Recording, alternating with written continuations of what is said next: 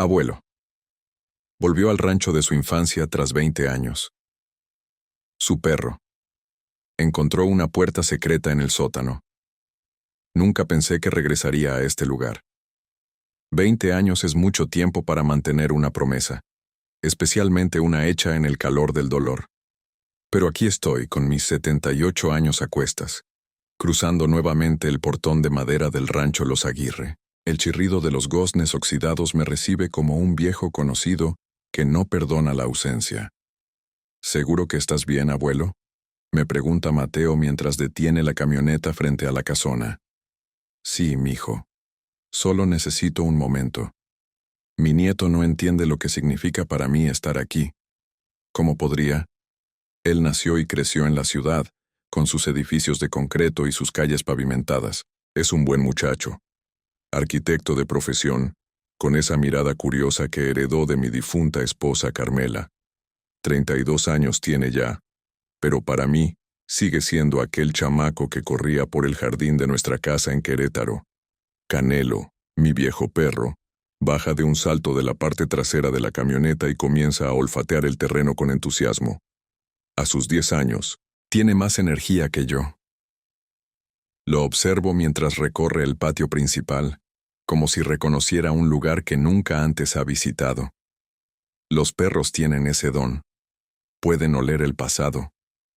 ¿Así que aquí creciste?, pregunta Mateo contemplando la fachada desconchada de la casa grande. Aquí nací y aquí viví hasta los 25. Luego la vida me llevó por otros rumbos. No le digo toda la verdad. No le cuento que juré no volver después de enterrar a mi padre, que me fui con el corazón envenenado por la rabia y la impotencia. Algunas heridas se cierran pero nunca desaparecen del todo. Es más grande de lo que imaginaba, comenta mientras saca nuestro equipaje. ¿Y dices que quieren venderlo? Eso me dijo el licenciado Torres. Si no venimos a revisar la propiedad y los papeles, el municipio la rematará por impuestos atrasados. Un nudo se me forma en la garganta, mientras subimos los 3 escalones de cantera que conducen al porche principal.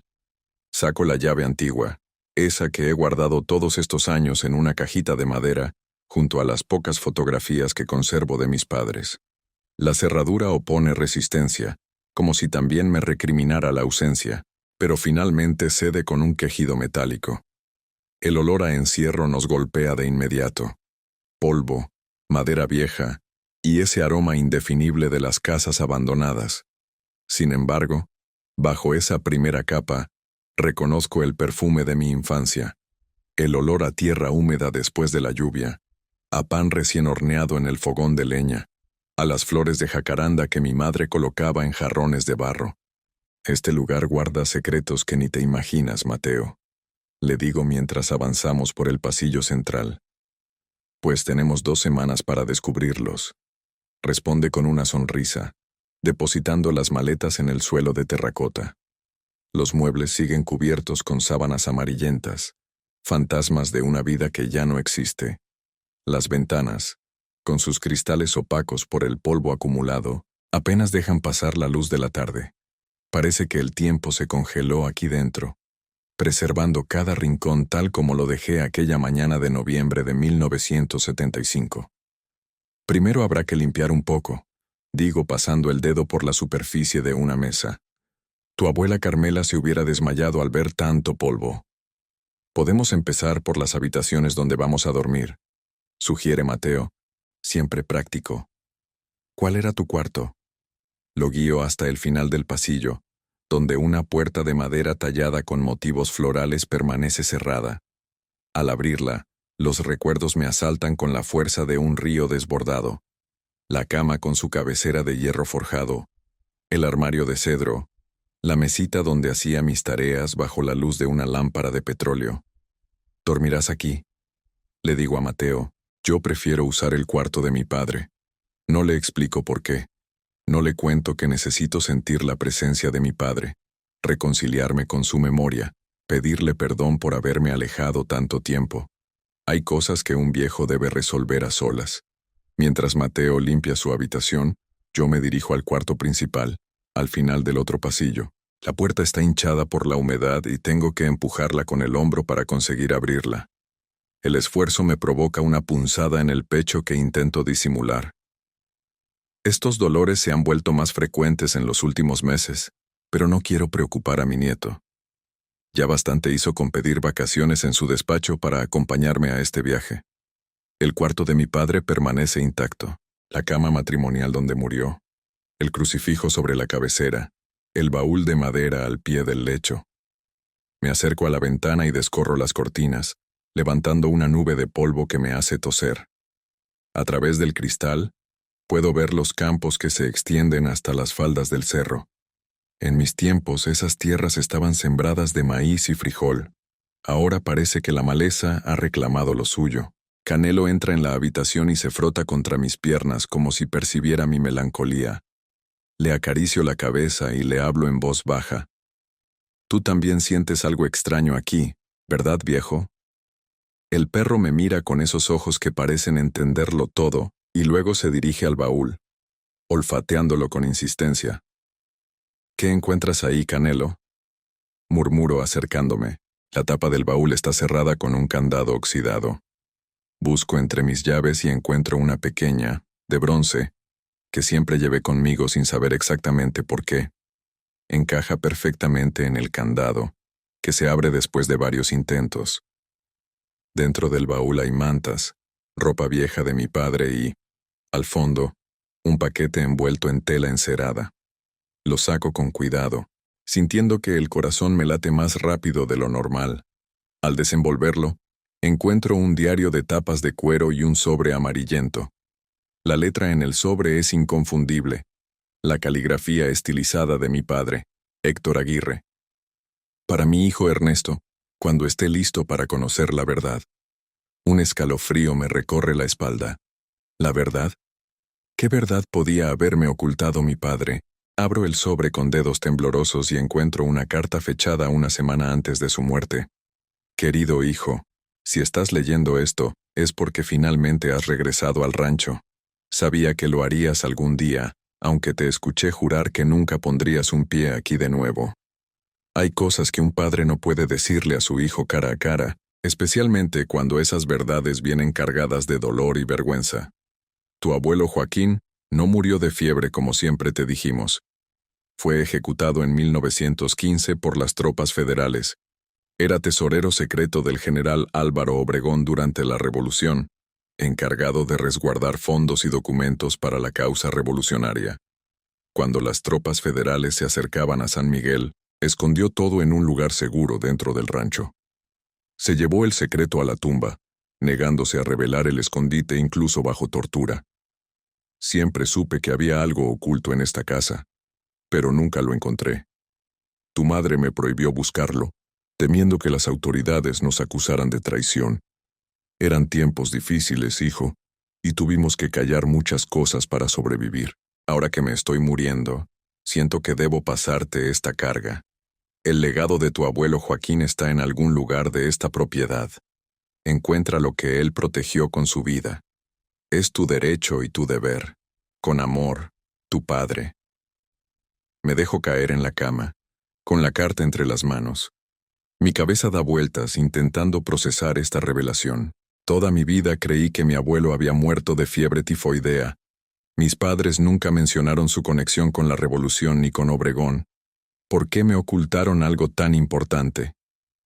Abuelo, ¿estás bien? La voz de Mateo me saca de mis pensamientos. Está parado en el umbral de la puerta con un gesto de preocupación. Sí, mijo, respondo guardando rápidamente la carta en el sobre. Solo estaba recordando viejos tiempos. Encontré unas lámparas que todavía funcionan. Ya está oscureciendo y no sé si haya electricidad.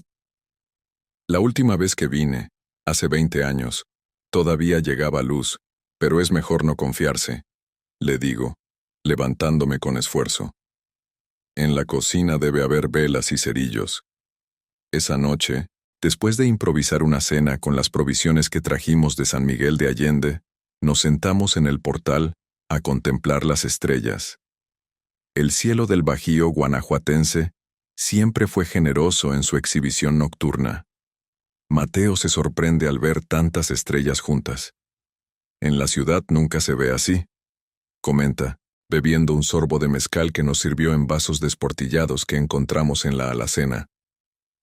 Porque allá hay demasiadas luces artificiales, mijo. Aquí solo compites con la luna. Canelo está inquieto. Va y viene por el patio, olfateando el suelo como si buscara algo. De vez en cuando se detiene frente a nosotros y nos mira, como si quisiera decirnos algo. ¿Qué le pasa a tu perro?, pregunta Mateo. No lo sé. Tal vez huele a algún animal. Pero sé que es algo más. Canelo siempre ha sido sensible a mis estados de ánimo, y ahora debe percibir mi agitación interior. La carta de mi padre ha removido recuerdos que creía enterrados. Me pregunto si debo compartir este hallazgo con Mateo o guardarlo para mí por ahora. Mateo, digo finalmente. Hay algo que quiero mostrarte mañana. ¿Qué cosa, abuelo? El sótano de la casa. Ahí guardaba mi padre las herramientas y algunas cosas de valor. No sé en qué estado estará después de tanto tiempo, pero tal vez encontremos documentos que nos ayuden a aclarar la situación legal del rancho. No le menciono la carta ni mis sospechas. Primero quiero comprobar por mí mismo si hay alguna verdad en las palabras de mi padre. Esa noche apenas puedo dormir. Me acuesto en la cama donde murió mi padre, sintiéndome extrañamente cerca de él después de tantos años de distancia emocional. Repaso en mi mente los pocos recuerdos que tengo de mi abuelo Joaquín. Una fotografía descolorida donde aparece con bigote espeso y mirada seria, algunas historias que mi padre contaba sobre su habilidad con los caballos. Nunca hubo mención de actividades revolucionarias ni de conexiones con figuras históricas. ¿Por qué tanto secreto? En la madrugada, un ruido me despierta. Parece venir de la planta baja. Me incorporo con dificultad, buscando a tientas la lámpara. Canelo no está en la habitación, lo cual me extraña porque suele dormir a los pies de mi cama. Me pongo la bata y las pantuflas y salgo al pasillo con la lámpara en la mano. ¿Canelo?, llamo en voz baja, para no despertar a Mateo. No hay respuesta, pero escucho un sonido de rasguños que parece venir del sótano. Bajo las escaleras con cuidado, sosteniendo el pasamanos para no resbalar. La puerta que conduce al sótano está entreabierta, lo cual es extraño porque recuerdo haberla visto cerrada antes de acostarnos. Canelo, ¿estás ahí, muchacho? El rasguño se intensifica. Apunto la luz de la lámpara hacia la escalera del sótano y veo a mi perro al pie de los escalones, escarbando frenéticamente en una esquina. ¿Qué encontraste, viejo?, murmuro, comenzando a bajar los escalones con cautela. El sótano huele a tierra húmeda y a moho. Las paredes de adobe parecen sudar en la penumbra, y hay telarañas en cada rincón. Canelo sigue escarbando en la esquina noreste, junto a unas viejas barricas de vino que mi padre usaba para guardar maíz seco. Me acerco y dirijo la luz hacia donde está rascando mi perro. Para mi sorpresa, veo que ha logrado quitar parte del revestimiento de adobe y cal que cubre el piso en esa esquina, dejando al descubierto lo que parece ser el borde de una trampilla de madera. Dios mío, murmuro, sintiendo que el corazón se me acelera. Me arrodillo junto a Canelo, ignorando la protesta de mis rodillas artríticas, y comienzo a quitar con las manos el resto del adobe. La trampilla es de madera de mezquite, oscurecida por el tiempo, con un asa de hierro oxidada en un extremo. Buen trabajo, Canelo, le digo, acariciándole el lomo. Buen trabajo. El perro menea la cola, satisfecho, y sigue olfateando alrededor de la trampilla como si supiera exactamente lo que hemos encontrado. Intento levantar la puerta, pero está sellada con algún tipo de resina o pegamento antiguo. Necesitaré herramientas para abrirla. Miro mi reloj. Son las 4 de la madrugada. Decido esperar a que amanezca y Mateo despierte. Esto es algo que debemos investigar juntos. Regreso a mi habitación, pero el sueño ya me ha abandonado por completo. Me siento en el sillón junto a la ventana, contemplando la oscuridad que precede al amanecer, con Canelo ahora acostado a mis pies. La carta de mi padre descansa sobre mi regazo, y la leo una y otra vez, intentando descifrar entre líneas alguna pista adicional. Cuando los primeros rayos del sol comienzan a filtrarse por la ventana, escucho a Mateo moverse en su habitación. Me levanto, me visto rápidamente y voy a buscarlo. Lo encuentro en la cocina, intentando encender el viejo fogón de leña. «Buenos días, abuelo», me saluda. «Pensé en hacer café, pero no sé si esta cosa todavía funcione». «Déjame ayudarte», le digo, tomando los cerillos de su mano. «Esto tiene su maña».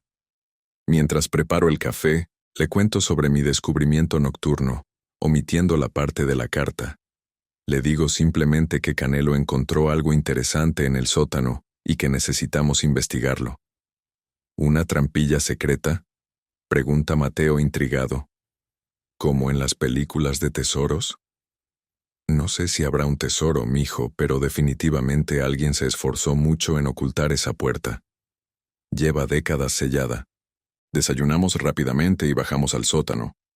Mateo trae consigo una caja de herramientas que encontró en el cobertizo trasero. Con un cincel y un martillo, comienza a trabajar en los bordes de la trampilla, rompiendo el sello que la mantiene cerrada. «Esto parece ser algún tipo de cemento mezclado con resina», comenta mientras trabaja. «Alguien quería asegurarse de que esta puerta no se abriera fácilmente». Observo su trabajo con ansiedad creciente. Canelo está a mi lado, atento a cada movimiento, como si entendiera la importancia de lo que estamos haciendo. Después de casi una hora de esfuerzo, Mateo logra aflojar los bordes de la trampilla. «Creo que ya está», dice, insertando el cincel bajo el asa de hierro. A la cuenta de 3 jalamos juntos. 1, 2, 3. Tiramos del asa y la trampilla se levanta con un crujido, liberando una nube de polvo y un olor antiguo, como de papel viejo y tierra seca. Cuando la luz de nuestras lámparas ilumina el interior, vemos una escalera de piedra que desciende hacia la oscuridad. «Mi padre me habló de esto en su lecho de muerte», murmuro, sintiendo un escalofrío recorrer mi espalda. Siempre pensé que era el delirio de un hombre moribundo. «¿Qué te dijo exactamente?», pregunta Mateo, dirigiendo su lámpara hacia el fondo del pasadizo. Es momento de revelarle toda la verdad. Saco la carta del bolsillo de mi camisa y se la entrego. «Lee esto primero». Mateo lee la carta en silencio, y puedo ver cómo su expresión cambia del asombro a la incredulidad. «¿Tu abuelo fue tesorero de Obregón? Durante la Revolución», pregunta finalmente, devolviéndome la carta. «¿Por qué nunca me contaste esto?» «Porque no lo sabía, mijo», respondo con sinceridad. «Me enteré anoche igual que tú. Mis padres me ocultaron la verdadera historia de mi abuelo toda su vida». Nos quedamos en silencio, contemplando la escalera que se pierde en la oscuridad. Finalmente Mateo habla. «Tenemos que bajar a ver qué hay ahí». «Sí, pero con cuidado. No sabemos en qué estado están esas escaleras después de más de 100 años». Mateo baja primero, probando cada escalón antes de poner todo su peso. Le sigo con Canelo pegado a mis talones. Las paredes del pasadizo están reforzadas con piedra y madera, un trabajo de ingeniería notable para la época. Descendemos unos 5 metros antes de llegar a un pequeño espacio abovedado, de unos 3 metros de diámetro. Al principio parece vacío, lo cual es decepcionante, pero entonces Mateo dirige su lámpara hacia la pared del fondo, y descubrimos una pequeña hornacina tallada en la piedra. Dentro hay una caja de metal, del tamaño de un libro grande, oxidada pero intacta. «¿Será esto lo que tu abuelo escondió?», pregunta Mateo sin atreverse a tocarla. Solo hay una forma de saberlo. Me acerco y tomo la caja con manos temblorosas. Es sorprendentemente pesada. La coloco en el suelo y nos arrodillamos junto a ella. La tapa no tiene cerradura, solo un mecanismo simple de presión que ha sido protegido de la oxidación con algún tipo de aceite o grasa. «Ábrela tú, abuelo», dice Mateo. «Es tu herencia». Respiro profundamente y levanto la tapa. Dentro hay varios sobres amarillentos, un pequeño saquito de cuero, y lo que parece ser un mapa enrollado y atado con una cinta desgastada. Tomo uno de los sobres y lo abro con cuidado. Contiene una carta escrita a mano con una caligrafía elegante. Estimado Joaquín, le confirmo recibo de los fondos enviados para la causa. Su lealtad a nuestra lucha no será olvidada cuando la justicia prevalezca en nuestra patria. Guarde con celo los documentos adjuntos, pues serán la prueba de sus derechos cuando esta guerra termine. Su amigo y general, Álvaro Obregón, septiembre 18, 1914. Es auténtica, murmuro sintiendo un nudo en la garganta. Mi abuelo realmente trabajó con Obregón. Mateo toma otro sobre y lo examina. Estos parecen ser títulos de propiedad, dice, extendiendo cuidadosamente unos papeles sellados y firmados, de tierras mucho más extensas que el rancho actual. Mira, aquí está un mapa con los linderos originales. Desenrollamos el mapa mencionado en la carta y comprobamos que efectivamente, la propiedad original de mi familia era casi 3 veces más grande que el rancho que yo conocí. Los límites se extendían hasta el río al este y abarcaban todo el cerro al norte. Durante la reforma agraria nos quitaron más de lo legal, digo recordando las historias que escuché de niño. Mi padre siempre dijo que nos habían robado tierra, pero nunca tuvo cómo probarlo. Ahora tenemos las pruebas, dice Mateo, revisando los documentos. Con estos títulos originales y las cartas que demuestran que tu abuelo apoyó la causa revolucionaria, podríamos reclamar las tierras que les fueron arrebatadas injustamente. Abro el saquito de cuero y vierto su contenido en mi palma, 10 monedas de oro con el águila mexicana, acuñadas a principios del siglo XX. Una pequeña fortuna para la época, pero más valioso aún, es un pequeño papel doblado que encuentro en el fondo del saquito. Lo despliego con cuidado y leo en voz alta. Para quien tenga el valor de defender lo nuestro, la tierra es memoria y futuro. Joaquín Aguirre, 1915. Las lágrimas nublan mi visión. Es como escuchar la voz de mi abuelo a través del tiempo, un hombre al que nunca conocí pero cuya sangre corre por mis venas.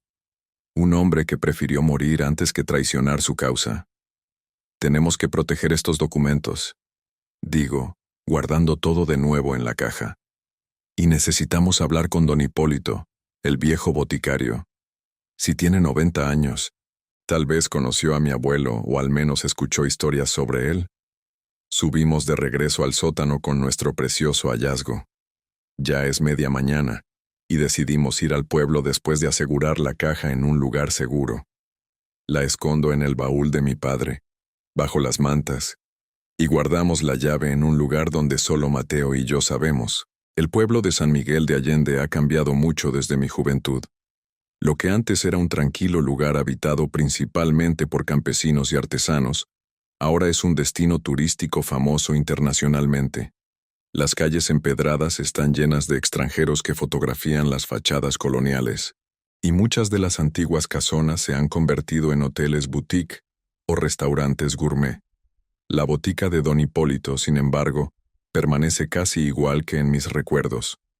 El pequeño local en la calle Mesones mantiene sus estanterías de madera llenas de frascos etiquetados a mano, sus balanzas de latón, y ese olor característico a hierbas medicinales y alcohol.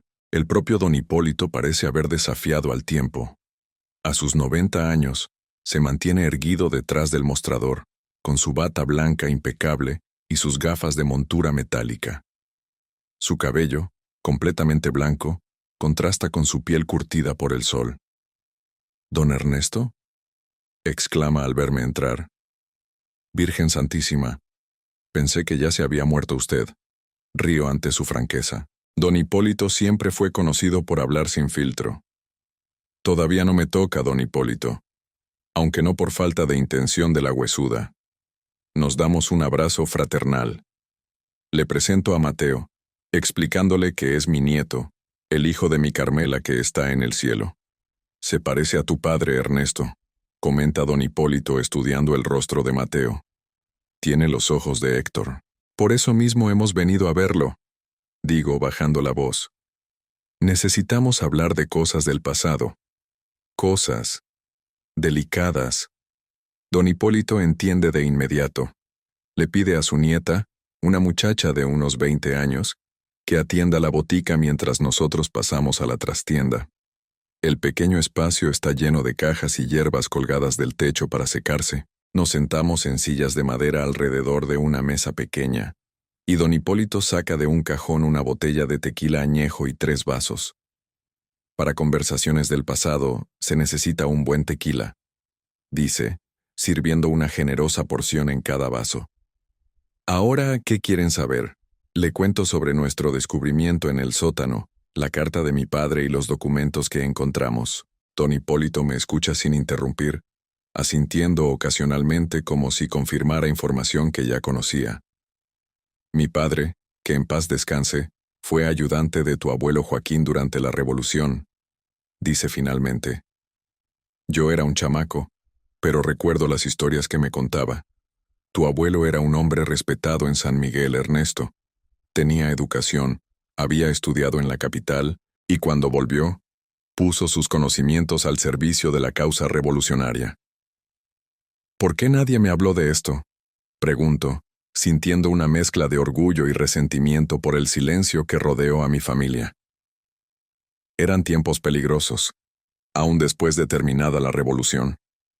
Tu padre era apenas un niño cuando ejecutaron a Joaquín.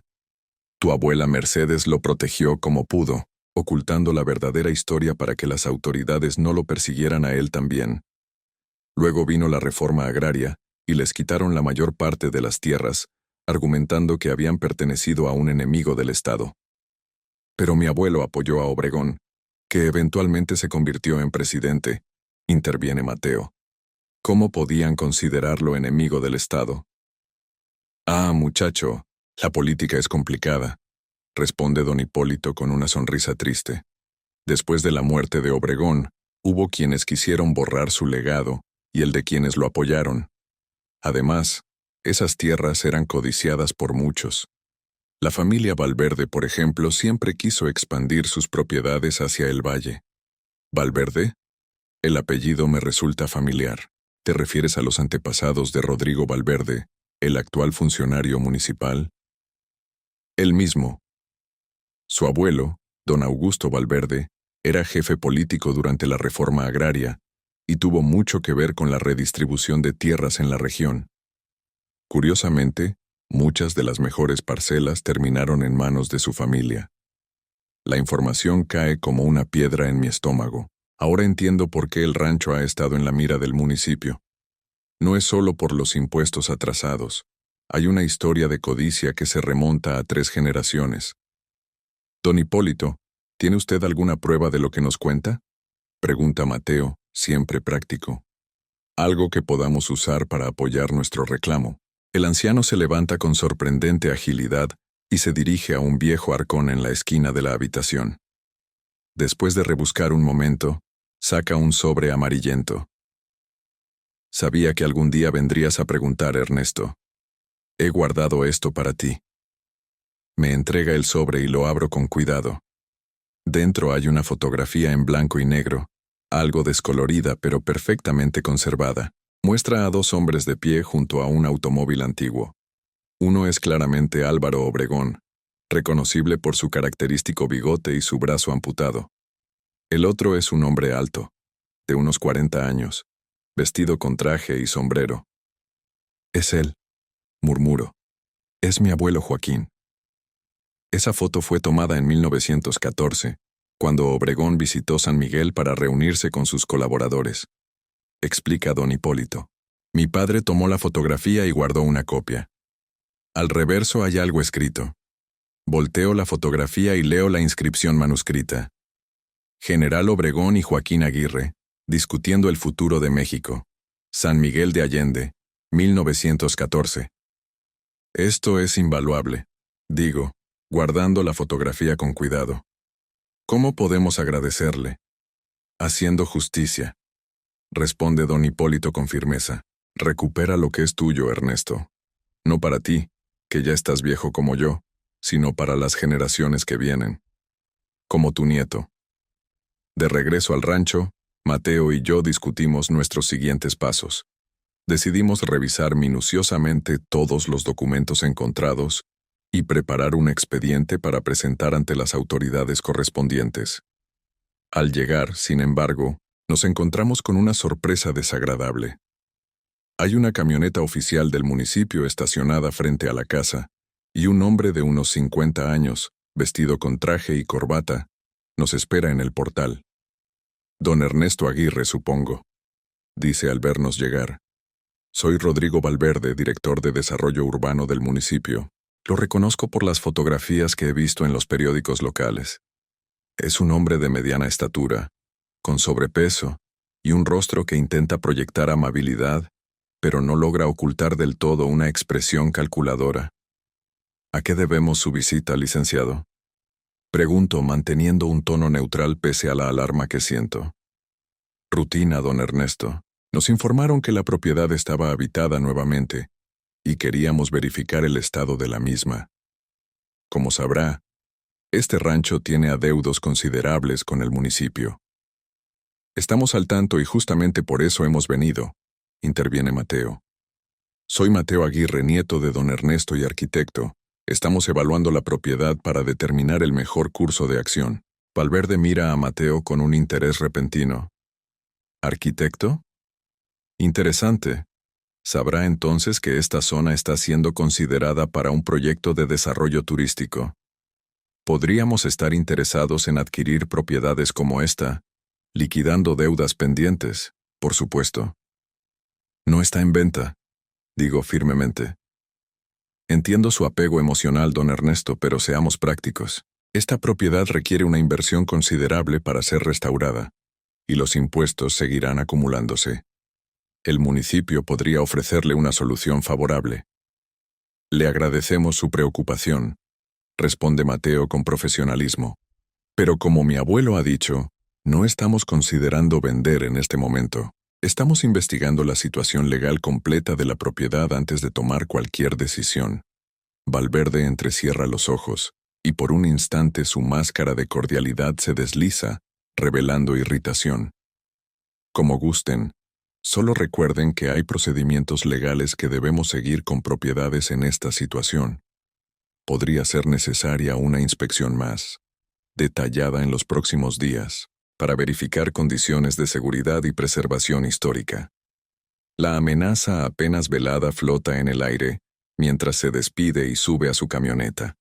Canelo le gruñe hasta que el vehículo desaparece por el camino de tierra. No me gusta esto, abuelo, dice Mateo cuando estamos solos. Parece muy interesado en adquirir la propiedad. Don Hipólito tenía razón. Los Valverdes siguen codiciando estas tierras 3 generaciones después. Tenemos que actuar rápido antes de que intente algo. Mañana deberíamos ir a Guanajuato, a la capital, para consultar con un abogado especializado en derechos agrarios. Asiento, pero siento un dolor punzante en el pecho que me hace tambalear. Me apoyo en la barandilla del portal para no caer. Abuelo, Mateo me sostiene por el brazo. ¿Qué te pasa? No es nada, solo cansancio. Miento, pero la expresión en su rostro me dice que no me cree. ¿Es tu corazón, verdad? ¿Estás tomando tus medicinas? Sí, mijo, no te preocupes, solo necesito descansar un poco. Esa noche, mientras Mateo organiza los documentos que encontramos, yo me retiro temprano a la habitación. El dolor en el pecho ha disminuido, pero me ha dejado exhausto. Me siento en el sillón junto a la ventana, contemplando la luna llena que ilumina los campos. Canelo descansa a mis pies, alerta como siempre. Pienso en mi abuelo Joaquín, al que nunca conocí, pero cuya sangre y espíritu siento ahora más cercanos que nunca. Pienso en mi padre, que vivió con el peso de un secreto que no se atrevió a compartir hasta el final de sus días. Y pienso en Mateo, mi nieto, quien ahora se encuentra en la posición de continuar una lucha que comenzó hace más de 100 años. Me pregunto si hice bien en involucrar a Mateo en todo esto. Tiene su vida en la ciudad, su carrera como arquitecto, sus propios sueños. Es justo cargarle con la responsabilidad de una herencia tan complicada. Pero cuando lo veo trabajando con determinación en los documentos, reconozco en él la misma chispa que debió arder en mi abuelo Joaquín. Ese compromiso con lo que es justo, esa tenacidad ante la adversidad, El sueño comienza a vencerme cuando escucho un automóvil acercándose por el camino. Me incorporo, alerta. Es casi medianoche, demasiado tarde para visitas. Canelo también ha oído el motor y se levanta con un gruñido sordo. Me acerco a la ventana y veo un automóvil que no reconozco detenerse frente a la casa. Una mujer joven, de unos 35 años, desciende del vehículo. Algo en su postura, en la forma en que mira la casa, me resulta familiar. Mateo ha escuchado también el motor y sale al portal. Desde mi ventana, puedo ver su expresión de sorpresa cuando la mujer se acerca y se presenta. Bajo las escaleras lo más rápido que mis viejas piernas me permiten, con Canelo siguiéndome de cerca. Cuando llego al portal, Mateo y la mujer están conversando. «Abuelo», dice Mateo al verme, «te presento a Lucía Aguirre. Dice que es tu sobrina». La miro con atención. Tiene los ojos oscuros de mi hermana Teresa, que murió hace 15 años. El parecido es innegable. «Lucía», murmuro, «la hija de Teresa y Ramón». «Tío Ernesto», responde ella, con una mezcla de nerviosismo y determinación. «Han pasado muchos años. Desde el funeral de tu madre». Asiento. «Eras una adolescente entonces». «He intentado contactarte varias veces desde entonces, pero nunca respondiste a mis cartas. Es cierto, después de la muerte de Teresa, me distancié de esa rama de la familia. Mi cuñado Ramón y yo nunca nos llevamos bien, y las disputas por la herencia de mi padre crearon una brecha que nunca supe cómo cerrar. Pasa, por favor», digo, haciendo un gesto hacia la casa. Hace frío aquí afuera. En la sala, iluminada por lámparas de aceite que le dan un aspecto fantasmal a las sombras, Lucía nos explica el motivo de su visita. «Me enteré que habías vuelto al rancho por don Hipólito. Su nieta es amiga mía», dice aceptando la taza de té que Mateo le ofrece. «Vivo en Querétaro ahora, pero sigo pendiente de lo que ocurre en San Miguel». «¿Y qué te trae exactamente a estas horas?», pregunto sin poder evitar cierta desconfianza. «Sé lo que están buscando», responde directamente, «y sé que lo encontraron». Mateo y yo intercambiamos miradas de alarma. «¿Cómo puedes saberlo?». «Mi madre me habló muchas veces del tesoro del abuelo Joaquín», continúa Lucía. «Era una historia que le contaba mi abuela Mercedes, tu madre, tío Ernesto. Pero a diferencia de ti, yo sí creía en esas historias. Llevo años investigando por mi cuenta». «¿Y qué quieres exactamente?», pregunta Mateo con suspicacia. «Lo que me corresponde por derecho», responde sin titubear. «Mi rama de la familia fue injustamente desheredada cuando el abuelo Héctor repartió lo poco que quedaba del rancho. Mi madre nunca recibió su parte. Recuerdo las disputas después de la muerte de mi padre.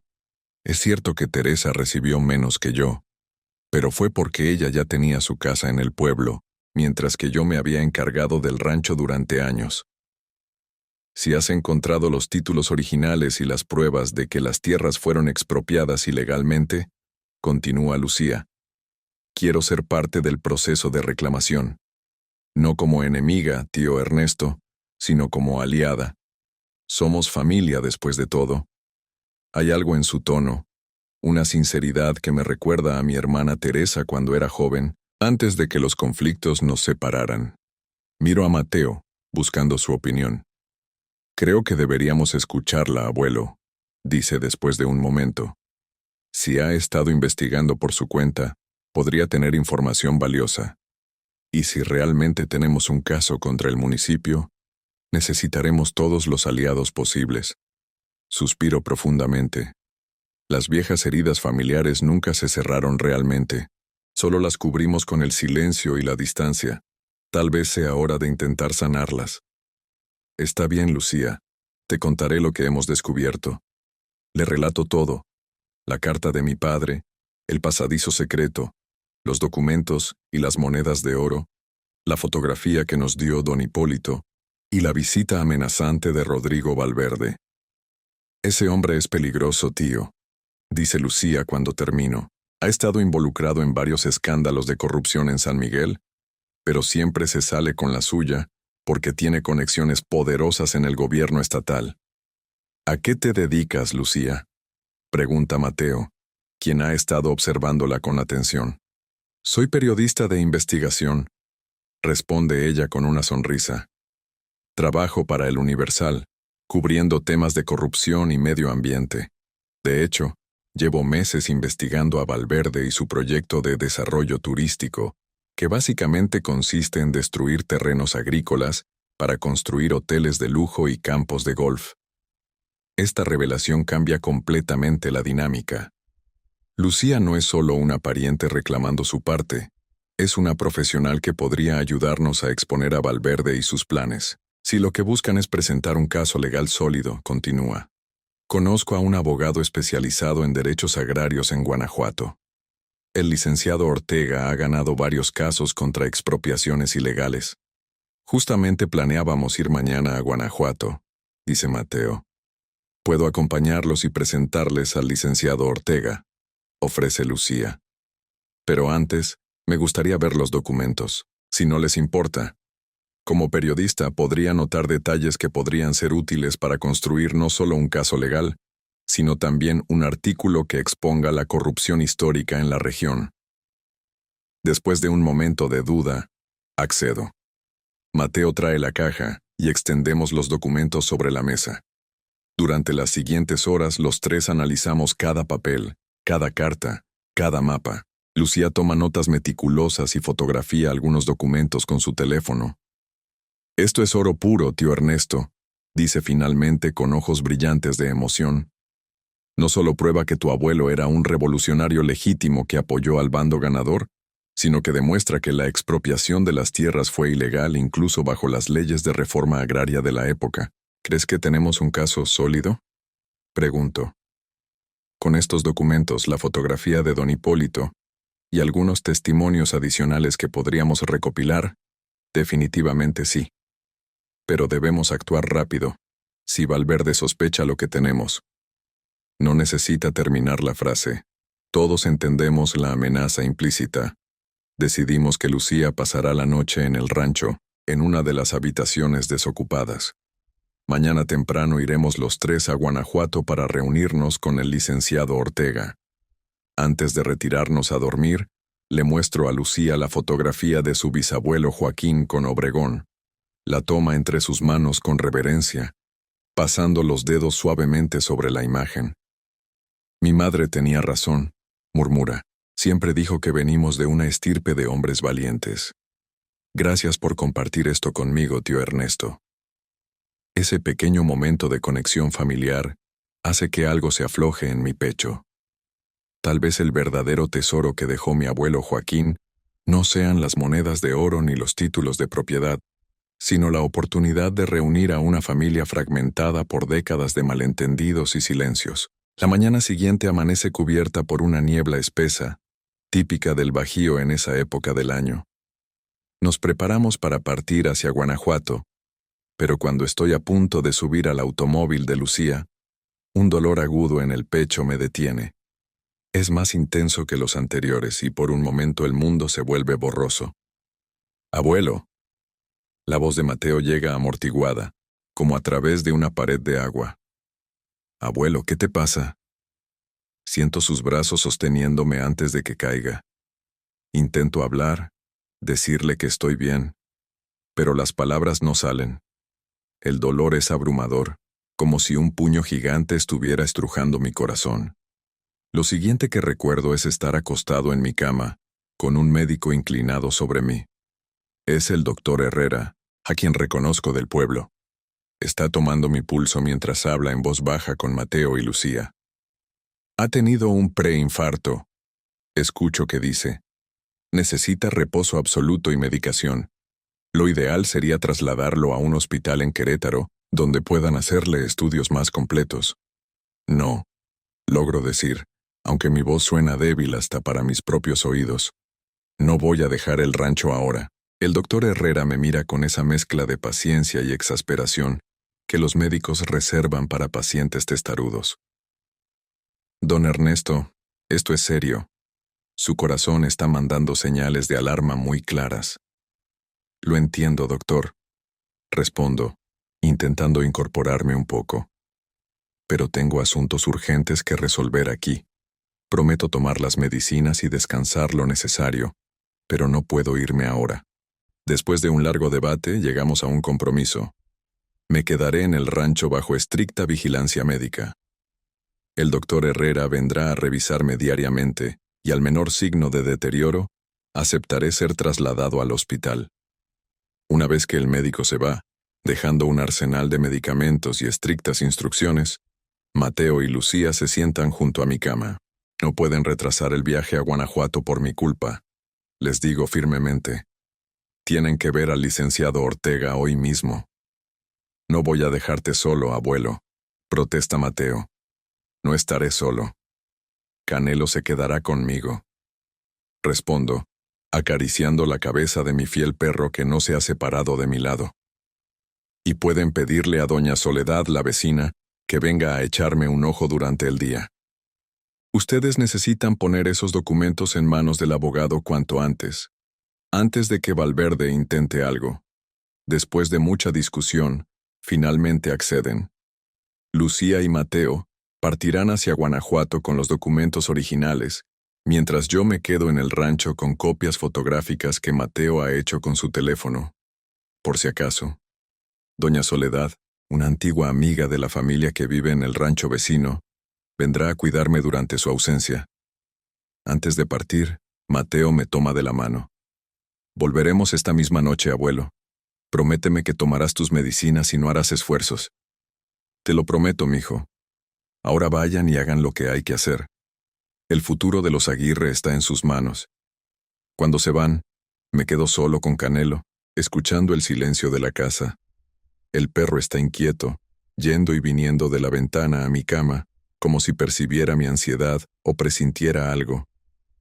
Tranquilo, viejo, le digo, acariciándole el lomo. Todo estará bien, pero no estoy tan seguro. El dolor en mi pecho ha disminuido gracias a las medicinas, pero siento una opresión diferente, una angustia que no es física, sino emocional. He puesto una carga enorme sobre los hombros de mi nieto y de una sobrina a quien apenas conozco. ¿Es justo? ¿Es lo que mi padre y mi abuelo hubieran querido? Doña Soledad llega poco después con una olla de caldo de pollo para fortalecer el corazón, según dice. Es una mujer de mi edad, viuda como yo, con quien compartí juegos infantiles en estos mismos campos hace más de 70 años. Te dije que este rancho te iba a reclamar algún día, Ernesto, me dice mientras sirve el caldo en un plato. Nadie puede escapar de sus raíces para siempre. Tú nunca te fuiste, Soledad, respondo, agradeciendo el caldo con un gesto. Siempre envidiaron tu fuerza para quedarte y enfrentar los malos tiempos. No fue fuerza, fue terquedad, ríe ella. Y un poco de miedo a lo desconocido. ¿Para qué negarlo? Pero ahora me alegra ver que has vuelto. Este rancho necesita a un Aguirre para volver a ser lo que era. Conversamos durante horas, recordando tiempos pasados, personas que ya no están, un San Miguel que ya no existe excepto en nuestra memoria. En cierto momento el cansancio me vence y me quedo dormido. Me despierta un ladrido urgente de Canelo. El sol ya está bajo en el horizonte. He dormido casi todo el día. Me incorporo alarmado. Doña Soledad ya no está en la habitación, y los ladridos de Canelo vienen del piso de abajo. ¿Soledad? Llamo, pero no hay respuesta. Con esfuerzo, me levanto de la cama. El dolor en el pecho ha disminuido considerablemente, pero me siento débil. Me calzo las pantuflas y bajo lentamente las escaleras, sosteniendo el pasamanos para no tambalearme. Canelo está en el portal, ladrando furiosamente hacia el exterior. A través de la puerta abierta, veo la camioneta del municipio y a Rodrigo Valverde, hablando con doña Soledad en el patio. Hay otros 2 hombres con él, uno revisando el perímetro de la casa y otro sentado en la camioneta. Me quedo en las sombras del pasillo, observando y escuchando. Le digo que don Ernesto está muy delicado y no puede recibir visitas, insiste Soledad, con los brazos cruzados en actitud defensiva. Y yo le digo, señora, que tenemos una orden de inspección firmada por el juez, responde Valverde, mostrando un papel. Es rutinario cuando una propiedad en situación irregular vuelve a ser habitada, pues tendrán que volver mañana. O mejor, hablen con su abogado. La mención de un abogado hace que Valverde entrecierre los ojos. ¿Abogado? ¿Qué abogado? Doña Soledad se da cuenta de su error y trata de corregir. Quiero decir, cuando don Ernesto consiga uno. Ahora váyanse, por favor, o llamaré a la policía. Valverde suelta una risa burlona. Señora, somos la autoridad aquí. Y si no nos permite realizar la inspección, podríamos interpretar eso como obstrucción a la función pública. Es momento de intervenir. No puedo dejar que Soledad enfrente sola esta situación. Está bien, Soledad. Digo, avanzando hacia el portal. Yo atenderé al licenciado Valverde. Ernesto, deberías estar en cama, exclama ella alarmada. Estoy mejor, no te preocupes. Valverde me mira con una sonrisa que no llega a sus ojos. Don Ernesto, me alegra verlo en pie. Nos informaron de su indisposición. El hecho de que sepa sobre mi episodio cardíaco me confirma que tiene ojos y oídos en el pueblo. Probablemente el mismo doctor Herrera, o alguien de su consultorio, le informó. ¿En qué puedo ayudarlo, licenciado? Pregunto manteniéndome en el portal, con Canelo a mi lado. Como le explicaba a la señora, tenemos una orden de inspección, simple rutina para verificar el estado de la propiedad y asegurar que cumple con las normativas de seguridad y preservación histórica. ¿Puedo ver esa orden? Me tiende el documento, que examino con cuidado. Parece legítimo, aunque no soy experto en asuntos legales, pero algo me dice que esta inspección no tiene nada de rutinaria. Está bien. Accedo finalmente. Pueden inspeccionar la planta baja, pero les pediré que respeten mi privacidad en las habitaciones superiores, dado mi estado de salud. Por supuesto, don Ernesto. Seremos breves y discretos. Hace una seña a los otros dos hombres que se acercan. Uno lleva una tableta electrónica donde aparentemente registrará sus observaciones. El otro lleva una cámara fotográfica profesional. Este es el arquitecto Gómez del Departamento de Preservación Histórica, presenta Valverde, y el señor Juárez, nuestro fotógrafo oficial. Les permito entrar, pero noto que Canelo no deja de gruñir, especialmente hacia Juárez. Hay algo en estos hombres que mi perro desconfía, y he aprendido a fiarme de su instinto. Comienzan su inspección por la sala principal, tomando fotografías de las paredes, los techos, las vigas de madera. El tal Gómez hace anotaciones en su tableta mientras murmura comentarios técnicos sobre deterioro estructural y riesgo de colapso. Esta propiedad necesita una intervención urgente, don Ernesto, dice Valverde con falsa preocupación. Las vigas maestras muestran signos de pudrición, y hay evidencia de actividad de termitas en varios sectores. Es curioso, respondo. Mi nieto, que es arquitecto, no mencionó nada de eso en su evaluación preliminar. Su nieto es arquitecto. Interesante. ¿Y dónde está ahora? Me gustaría intercambiar opiniones profesionales. Tuvo que ir a Guanajuato por un asunto personal. Respondo, evitando mencionar al abogado. Volverá esta noche. Valverde asiente, pero noto un brillo calculador en sus ojos. Continúan su inspección, pasando a la cocina, al comedor, revisando cada habitación de la planta baja. Cuando se acercan a la puerta del sótano, Canelo se planta frente a ella, gruñendo amenazadoramente. ¿Qué hay ahí abajo?, pregunta Valverde. El sótano. Solo herramientas viejas y trastos inservibles. Respondo intentando sonar desinteresado. Está muy húmedo y las escaleras son peligrosas. No recomendaría bajar. Justamente debemos verificar esas condiciones de humedad, insiste Gómez. Podrían afectar a la cimentación. Estoy a punto de protestar cuando Canelo comienza a ladrar con furia, no hacia los inspectores sino hacia el exterior.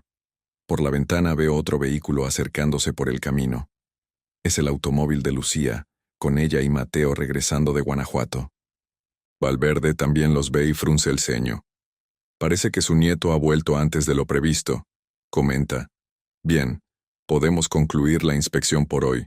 Volveremos otro día para revisar el sótano y las plantas superiores.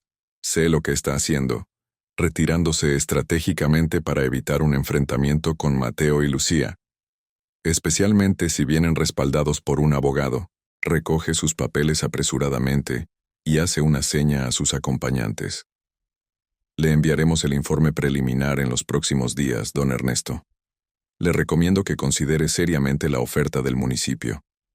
Esta propiedad requiere inversiones que, francamente, dudo que usted pueda permitirse.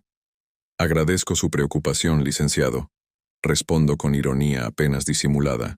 Consideraremos todas las opciones. Se marchan justo cuando Mateo y Lucía estacionan frente a la casa. Desde la ventana, veo cómo intercambian miradas tensas con Valverde, quien les ofrece un saludo distante antes de subir a su camioneta y alejarse. ¿Qué hacía ese hombre aquí?, pregunta Mateo en cuanto entra, visiblemente alterado. Se suponía que estarías descansando, abuelo. Vinieron a inspeccionar la propiedad, explico regresando al sillón súbitamente agotado. Traían una orden que parecía legítima, no pude negarme. Es una táctica intimidatoria, dice Lucía, dejando su bolso sobre la mesa. Pero llegan tarde. Ya presentamos la documentación ante el licenciado Ortega y está entusiasmado con el caso. ¿Qué dijo exactamente?, pregunto, mientras doña Soledad me trae un vaso de agua y una de mis medicinas. Que tenemos un caso muy sólido, responde Mateo sentándose a mi lado. Los documentos son auténticos y prueban claramente que la expropiación fue ilegal, incluso bajo las leyes de la época. Además, el hecho de que tu abuelo fuera colaborador de Obregón, que eventualmente se convirtió en presidente, fortalece nuestra posición. El licenciado Ortega presentará mañana mismo un recurso legal para detener cualquier acción del municipio contra la propiedad, añade Lucía. Y yo publicaré un artículo preliminar en el Universal sobre el descubrimiento histórico, sin revelar todos los detalles pero estableciendo el contexto histórico de la relación de nuestra familia con la Revolución. ¿Creen que eso detendrá a Valverde?, pregunto escéptico. Al menos lo hará pensárselo 2 veces, responde Lucía. Un caso con proyección nacional, con implicaciones históricas relacionadas con la Revolución, no es el tipo de atención que busca un funcionario corrupto. Prefieren operar en las sombras con propietarios vulnerables y sin conexiones. La noticia me llena de esperanza, pero también de preocupación. Hemos escalado el conflicto, y hombres como Valverde no retroceden fácilmente. Tenemos que ser extremadamente cuidadosos en los próximos días, digo, y asegurarnos de que los documentos originales estén a salvo. Los dejamos en la caja fuerte del despacho del licenciado Ortega, me tranquiliza Mateo. Y tenemos copias digitalizadas y autenticadas por un notario. Estamos cubiertos, abuelo. Esa noche, después de cenar y despedir a doña Soledad, quien promete volver a la mañana siguiente, nos reunimos en la sala para discutir nuestros siguientes pasos. Mateo ha encendido la vieja chimenea, y el crepitar del fuego crea una atmósfera acogedora pese a la tensión de la situación. El licenciado Ortega sugirió que busquemos más testimonios, dice Lucía, consultando sus notas. Personas mayores del pueblo que puedan recordar a nuestro bisabuelo Joaquín, o al menos las historias sobre él. Don Hipólito seguramente conoce a otros ancianos que podrían ayudarnos, sugiero. Y debe haber registros en la parroquia de San Miguel. El padre Ignacio siempre fue muy cuidadoso con los archivos históricos. Iré mañana a hablar con ellos, se ofrece Lucía. Como periodista, estoy acostumbrada a entrevistar personas y documentar testimonios. Y yo revisaré el resto del rancho, dice Mateo. Esos inspectores estaban muy interesados en el sótano. Me pregunto si Valverde sabe o sospecha algo sobre el pasadizo secreto. Es posible, admito. Si su abuelo estuvo involucrado en la expropiación ilegal de nuestras tierras, quizá conocía los rumores sobre un tesoro oculto o documentos comprometedores. Canelo, que ha estado durmiendo junto a la chimenea, de pronto levanta la cabeza y emite un gruñido bajo. Sus orejas están erectas, alerta. ¿Qué pasa, muchacho?, pregunto, intentando escuchar lo que ha alertado a mi perro. Por un momento, todos guardamos silencio. Entonces lo oímos. El sonido de un motor aproximándose, con las luces apagadas. Apaguen las lámparas, ordena Mateo en voz baja. Nos sumimos en la oscuridad, con solo el resplandor de las brasas iluminando tenuemente la sala. Canelo se ha levantado y está junto a la ventana, el pelo de su lomo erizado. Veo 2 camionetas, susurra Lucía, asomándose con cautela por una esquina de la cortina. Se han detenido a unos 100 metros de la casa, con las luces apagadas. ¿Puedes distinguir si es Valverde? Pregunto. No, está demasiado oscuro, pero parecen las mismas camionetas del municipio. Mateo toma su teléfono. Voy a llamar a la policía estatal, dice. Esto ya no es una inspección oficial, es acoso o algo peor. Espera, lo detiene Lucía. Se están yendo. Efectivamente, los vehículos dan la vuelta y se alejan lentamente por el camino, aún con las luces apagadas. Solo querían intimidarnos, dice Mateo todavía tenso. Demostrar que pueden acercarse cuando quieran. O estaban evaluando la situación para volver más tarde, sugiere Lucía. No me gusta esto, tío Ernesto. Deberíamos considerar pasar la noche en el pueblo, en un hotel o con algún conocido. No, respondo con firmeza. No voy a huir de mi propia casa. Ya lo hice una vez y me arrepentí durante 20 años. Además, tengo esto. Abro un cajón del aparador y saco una vieja pistola, una Colt 38 que perteneció a mi padre. ¡Abuelo!, exclama Mateo sorprendido. ¿De dónde sacaste eso? Era de tu bisabuelo. La guardé cuando se murió y la traje conmigo esta vez por si acaso. Está cargada y funciona perfectamente. La revisé ayer. Espero que no tengamos que usarla, dice Lucía, claramente incómoda con la presencia del arma. Yo también, sobrina. Pero en el campo mexicano, algunos problemas siguen resolviéndose a la antigua. Decidimos establecer turnos de vigilancia durante la noche. Mateo tomará el primer turno hasta la medianoche, luego le seguirá Lucía, y yo tomaré el último, de las 3 hasta el amanecer. Canelo, por supuesto, permanecerá alerta toda la noche. Me retiro a mi habitación, pero el sueño tarda en llegar. Pienso en mi abuelo Joaquín, en las decisiones que tomó hace más de 100 años y que siguen repercutiendo en nuestras vidas. Pienso en mi padre, cargando el peso de un secreto durante décadas. Y pienso en Mateo y Lucía, la nueva generación, enfrentando las consecuencias de una historia familiar que apenas están descubriendo. ¿Valdrá la pena todo esto? ¿Tiene sentido luchar por unas tierras, por un legado, cuando la vida es tan frágil y pasajera? Mi corazón debilitado me recuerda constantemente que mis días están contados. Pero quizás esa sea precisamente la razón para continuar. Dejar las cosas en orden, hacer justicia, asegurarme de que la verdad prevalezca antes de partir. Con estos pensamientos en mente, finalmente me deslizo en un sueño inquieto, poblado de sueños donde mi padre, mi abuelo y yo, caminamos juntos por los campos del rancho, bajo un cielo tormentoso que amenaza con descargar su furia en cualquier momento. Me despierta la voz de Lucía, suave pero urgente. Tío Ernesto, es tu turno de vigilancia. Me incorporo, desorientado por un momento. El reloj marca las 3 de la madrugada. Me pongo una bata sobre el pijama y calzo mis pantuflas. ¿Todo tranquilo?, pregunto, tomando la pistola de la mesita de noche. Sí, ningún movimiento extraño.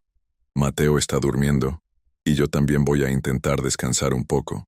Canelo ha estado inquieto, yendo y viniendo de la ventana a la puerta del sótano, pero no ha ladrado. Gracias, Lucía. Descansa. Te despertaré si ocurre algo. Bajo a la sala con Canelo pisándome los talones. Me siento en el sillón junto a la ventana, con una vista clara del camino de acceso y del patio. La luna llena ilumina el paisaje con una claridad casi fantasmal, dibujando sombras alargadas sobre el terreno. Las horas pasan lentamente. Combato el sueño recordando episodios de mi infancia en este rancho. Las cosechas con mi padre, los domingos de misa en el pueblo, las fiestas patronales donde todo San Miguel se reunía para celebrar. Eran tiempos más simples, antes de que la modernidad transformara a México. Cerca de las 5 de la madrugada, cuando el cielo comienza a clarear en el este, Canelo se levanta de golpe y corre hacia la puerta del sótano, ladrando con insistencia. «¿Qué pasa, muchacho?», murmuro, levantándome para seguirlo. El perro rasca la puerta, claramente agitado. La abro con cautela, apuntando la lámpara hacia las escaleras que descienden. No veo nada inusual, pero Canelo baja corriendo los escalones, todavía ladrando. Lo sigo, preocupado por su comportamiento. Cuando llego al sótano, lo encuentro escarbando frenéticamente en el suelo cerca de la trampilla que descubrimos antes. «Ya encontramos lo que había ahí, Canelo», le digo, intentando calmarlo. Pero el perro insiste, escarbando ahora en un punto diferente, a unos 2 metros de la trampilla.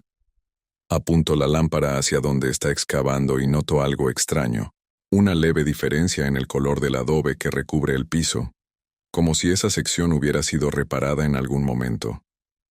Intrigado, me arrodillo, ignorando la protesta de mis rodillas, y comienzo a quitar el adobe junto a Canelo.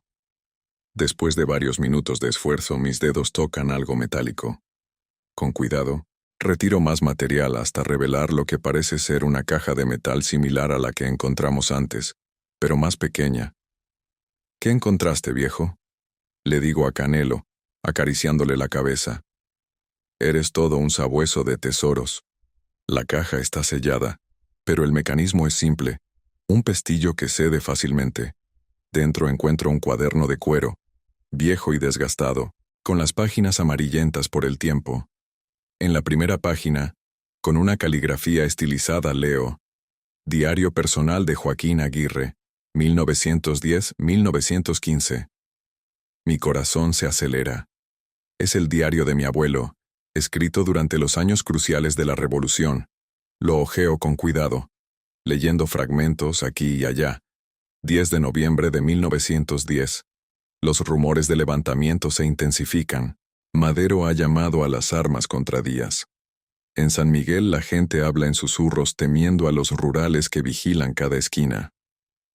3 de mayo de 1912. Hoy conocí al general Obregón en casa de don Manuel. Es un hombre carismático, con ideas claras sobre la dirección que debe tomar la revolución. Me ha pedido que colabore con la causa, dada mi posición como comerciante respetado en la región. 15 de enero de 1915. Las tropas de Villa y Obregón se enfrentan. La división entre revolucionarios me desgarra el alma. ¿Por qué luchamos contra nuestros propios hermanos mientras el enemigo común se fortalece? He enviado los fondos y documentos al lugar convenido con el general. Si algo me sucede, solo Obregón sabrá dónde encontrarlos.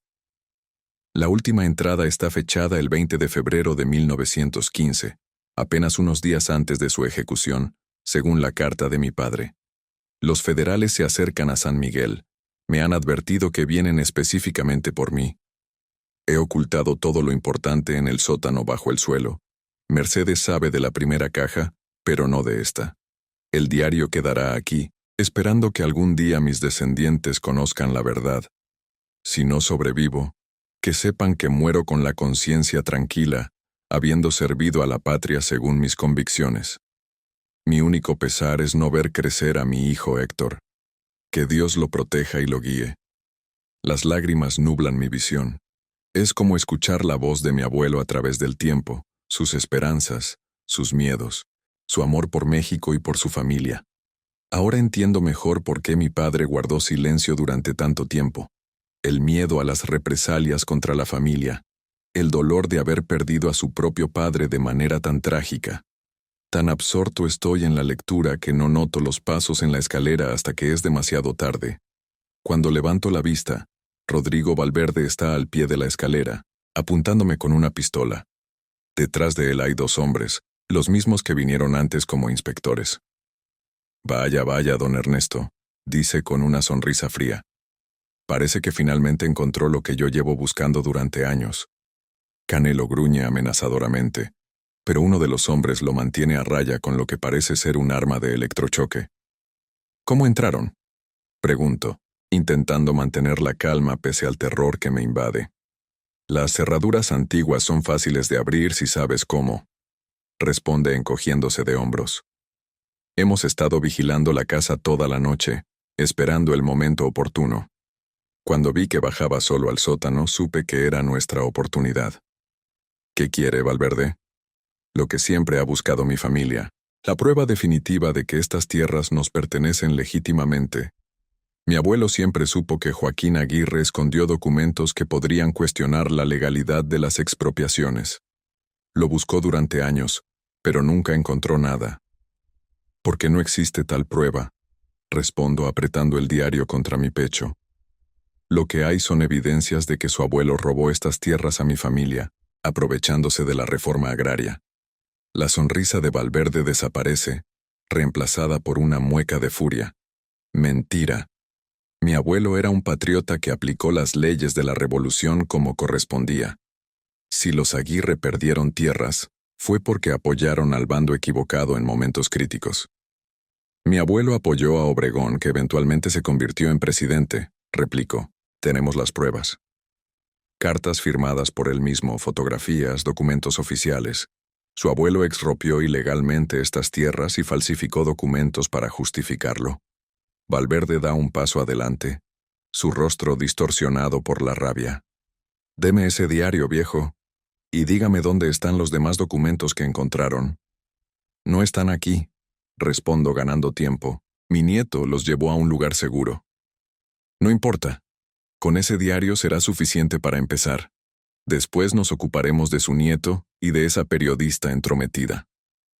El desprecio en su voz al mencionar a Mateo y Lucía enciende algo en mí. Una furia que creía olvidada, la misma que sentí cuando enterré a mi padre hace 20 años. No permitiré que este hombre amenace a mi familia. Con un movimiento rápido que sorprende incluso a mis viejas articulaciones, alcanzo la pistola que dejé sobre una caja cercana. Antes de que Valverde pueda reaccionar, le apunto directamente al pecho. Salgan de mi propiedad, ordeno, con una firmeza que no sabía que aún poseía. Ahora mismo. Valverde ríe, pero noto nerviosismo en su risa. No va a disparar, don Ernesto. Usted es un viejo enfermo del corazón, no un asesino. Mi abuelo murió defendiendo lo que era suyo. Respondo, sin bajar el arma. Mi padre vivió con el pesar de no haber podido hacer justicia. No cometeré el mismo error. Si da un paso más, le juro por la memoria de mis antepasados que apretaré el gatillo. Algo en mi voz o en mi mirada debe convencerle de que hablo en serio, porque retrocede lentamente hacia la escalera, haciendo un gesto a sus hombres para que lo sigan. Esto no termina aquí, Aguirre. Amenaza. Nadie me desafía en mi territorio. Este no es su territorio, respondo. Nunca lo fue. Y ahora tenemos las pruebas para demostrarlo. En ese momento escuchamos conmoción en el piso superior. La voz de Mateo llama. Abuelo, ¿dónde estás? En el sótano, Mateo, y no estoy solo. Los pasos de mi nieto resuenan en la escalera. Valverde y sus hombres, atrapados entre nosotros, dudan sobre qué hacer. Si le hacen daño a mi nieto, advierto, apuntando ahora directamente a la cabeza de Valverde. Le juro que no saldrá vivo de este sótano. Mateo aparece en lo alto de la escalera, también armado con lo que parece ser un machete antiguo que colgaba como decoración en una de las paredes. «Abuelo», exclama al ver la escena. «¿Estás bien?» «Estoy bien, mijo». El señor Valverde ya se iba.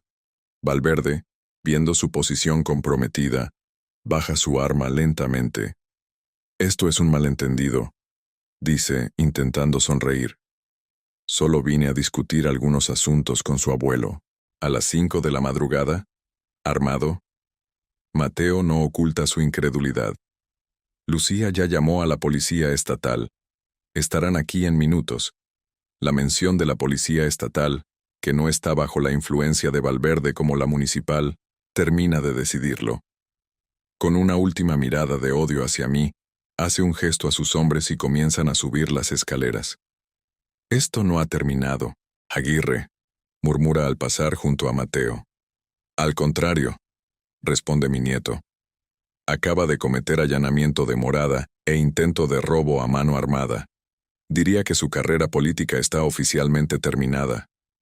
Cuando se han ido, me dejo caer en una caja cercana súbitamente agotado. La adrenalina abandona mi cuerpo, dejándome tembloroso y débil. El dolor en el pecho ha vuelto, pero esta vez es diferente, más intenso, más abrumador. ¡Abuelo! Mateo corre hacia mí, alarmado por mi expresión. ¿Qué te pasa? El corazón, mijo, murmuro luchando por respirar. Creo que esta vez es serio. Lo último que recuerdo es a Mateo gritando por ayuda, a Lucía bajando las escaleras corriendo, y a Canelo lamiendo mi mano mientras el mundo se desvanece en la oscuridad. Despierto en una habitación de hospital en Querétaro. La luz blanca y el pitido constante de las máquinas me desorientan por un momento. Intento moverme, pero siento un dolor en el brazo donde tengo una vía intravenosa. «Está despierto», dice la voz de Lucía desde algún lugar a mi derecha. «Mateo, el abuelo está despierto». Mi nieto aparece en mi campo visual, con el rostro marcado por el cansancio y la preocupación, pero sonriente. «Nos diste un buen susto, abuelo», dice tomando mi mano. «Llevas 3 días inconsciente». ¿3 días?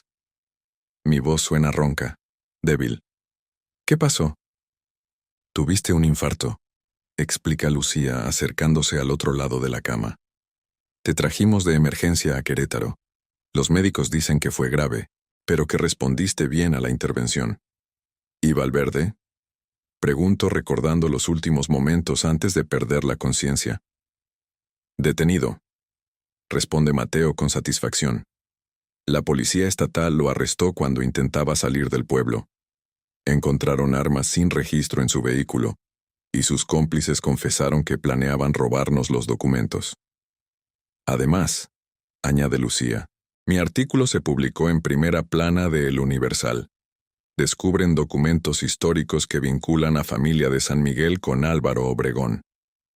Ha causado sensación nacional. ¿Y el diario? Pregunto, recordando súbitamente el hallazgo en el sótano. A salvo, me tranquiliza Mateo. Lo guardamos junto con los demás documentos. El licenciado Ortega ya ha presentado una demanda formal para la restitución de las tierras expropiadas ilegalmente. Con el diario de tu abuelo, nuestro caso es aún más sólido. Me relajo contra la almohada, sintiendo una paz que no había experimentado en décadas.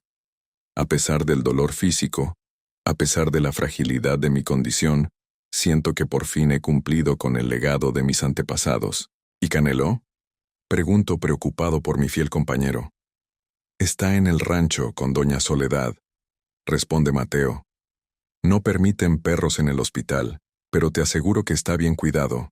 La última vez que fui estaba tendido en el portal, como si montara guardia. Sonrío ante la imagen. Ese perro siempre ha sido más inteligente que muchos humanos que he conocido.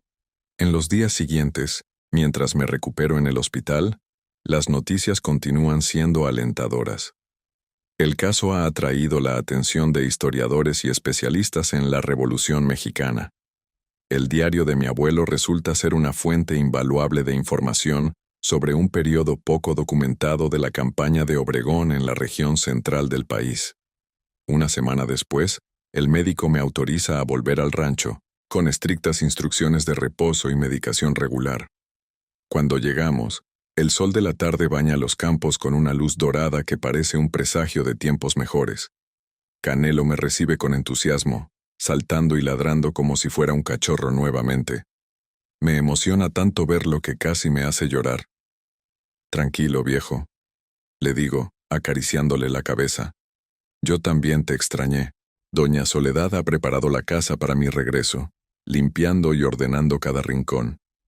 Al entrar, noto algo diferente. Fotografías familiares enmarcadas en las paredes, algunas antiguas que había guardado en cajas durante años, otras más recientes que Mateo debe haber traído. Pensé que era hora de que la casa volviera a sentirse como un hogar, explica mi nieto al ver mi sorpresa. Una casa necesita memorias visibles.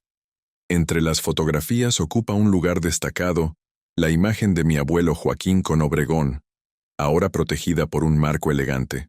Nos sentamos en el portal a contemplar el atardecer, como solíamos hacer mi padre y yo hace tantos años.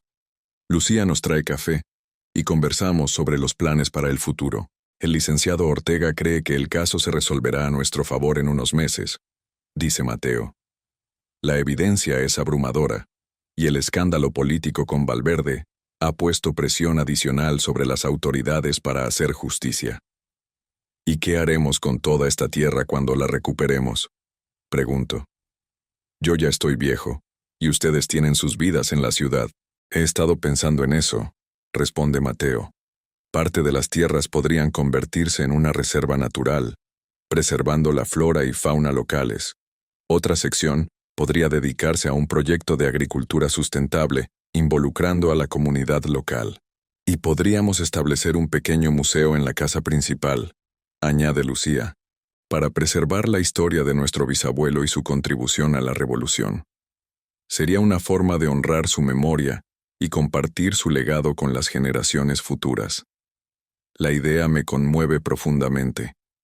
No se trata solo de recuperar tierras o de obtener una compensación económica. Se trata de hacer justicia, de honrar a quienes vinieron antes que nosotros, de preservar nuestra historia familiar para quienes vendrán después. Me gusta ese plan, digo finalmente. Creo que a tu bisabuelo también le gustaría, Mateo. Mi nieto sonríe y aprieta mi mano con afecto. ¿Hay algo más, abuelo? He decidido tomarme un año sabático de mi trabajo en el despacho de arquitectura. Quiero quedarme aquí, supervisar la restauración de la casa y el desarrollo de los proyectos que mencionamos. ¿Estás seguro, mijo? Es un gran cambio. Completamente seguro. Esta experiencia me ha hecho darme cuenta de lo importante que es conocer y valorar nuestras raíces. Además, puedo diseñar las adecuaciones para el museo y los edificios para el proyecto agrícola. Será una forma de combinar mi profesión con nuestro legado familiar. Y yo vendré regularmente, añade Lucía. Mi jefe en el Universal está encantado con la idea de una serie de reportajes sobre la recuperación de tierras históricas y la preservación del patrimonio rural mexicano. Mientras el sol se pone tras las montañas, tiñendo el cielo de rojo y oro, siento una paz profunda. El círculo se ha cerrado. El legado de mi abuelo Joaquín finalmente ha encontrado su camino hacia la luz, y las nuevas generaciones están dispuestas a honrarlo y preservarlo. Canelo se acerca y apoya su cabeza en mi regazo. Le acaricio las orejas, agradecido por su papel en este descubrimiento que ha cambiado nuestras vidas. Las raíces son como esos túneles, Mateo, digo, contemplando el horizonte. Invisibles, pero sostienen todo lo que somos. Lo que está enterrado no siempre es pasado muerto. A veces es semilla que espera su momento para dar fruto. Mi nieto asiente, comprendiendo la profundidad de mis palabras. Juntos, en este portal que ha visto pasar tantas generaciones de Aguirre, contemplamos el futuro que se despliega ante nosotros, arraigado firmemente en el pasado que hemos redescubierto y honrado. Canelo, como si entendiera la trascendencia del momento, emite un suave ladrido hacia los campos que pronto volverán a ser nuestros, no solo por derecho legal, sino por el vínculo indestructible que une a una familia con su tierra, su historia y su legado.